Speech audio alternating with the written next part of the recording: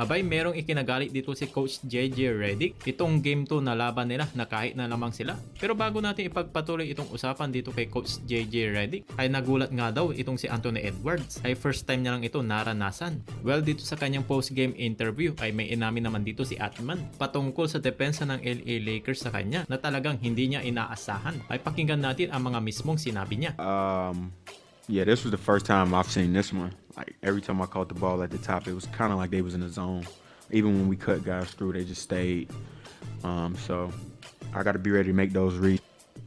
Talagang naging very confusing itong Lakers defensive coverage sa kanya. Napag-amin na nga dito ni Edwards actually. First time niya nga lang daw ito. Yung klaseng ganitong pagdepensa na bigla niya hindi niya itong inaasahan. Na hindi niya maatake na mas mabilis. Pero sabi niya pag nagawa niya raw yun ay mas magiging maayos na ulit sila. Ayon din dito kay Julius Randle. Alam daw nila na magiging physical ang Lakers ngayon. Pero hindi daw nila inaasahan na ganito ang mangyayari. Coming hard, high intensity with energy.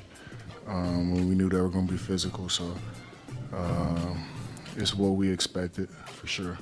Pero ano ba ang sinabi dito ng Los Angeles Lakers team? Ayon naman daw dito kay LeBron James, malaki daw ang improvement from Game 1 na tinutukoy niya nakalan ditong physicality at ang defensive intensity nila na mas naging maliksi sila nakitang kita. At ayon pa mismo dito kay LeBron James ay ginagawa nila kung gaano daw ka-energy at kabilis itong Minnesota. Yung nakaraang Game 1 na pagiging agresibo nila na nagpahirap daw sa kanila kaya naman ay ginamit nila mismo yun. Laban na nga sa kanila dito mga kalaban at sinabi pa niya dito sa kanyang interview na hindi daw siya dito gaano makatulog nung pagkatalo daw nila sa Game 1. When you lose by one, I mean they both hurt. You can't sleep.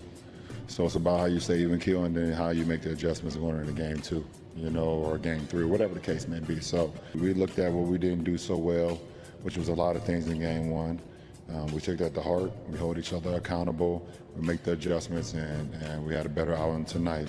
At yan ang sinabi na nga dito ni LeBron James. Pero alam niyo ba, dito sa kanilang laban nila, na makikita natin dito sa isang video clip, na galit dito si Coach JJ Redick. Pagdating dito sa third quarter ay napatimeout dito si Coach JJ Redick at napamura sa kanyang ditong mga players na halos walang ka-energy. Ay silipin muna natin saglit itong video clip na to. Kenzo right here.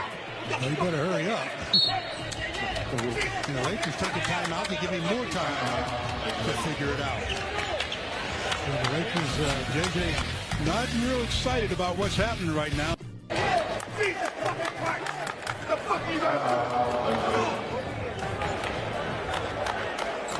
Dahil yan ang ayaw mangyari dito ni Coach JJ Redick. Yung pagiging maluwag dito ng Lakers kapag lamang na sila dahil nawawala daw dito ang kanilang physicality at energy. Dahil ito daw ang susi sa kanilang magiging panalo nila na maging physical at napatunayan naman daw yun. Lalaman natin kung magbabago ba ang intensity na yan paglipat sa Minnesota at meron na sila ditong help ng crowds ng Timberwolves. Tingnan rin natin kung paano mag-a-adjust ang Lakers sa environment na yun dahil kinakailangan rin nilang manalo ng isang panalo man doon dahil mahirap bumalik ng LA nang down ka na ng 3-1 to 1.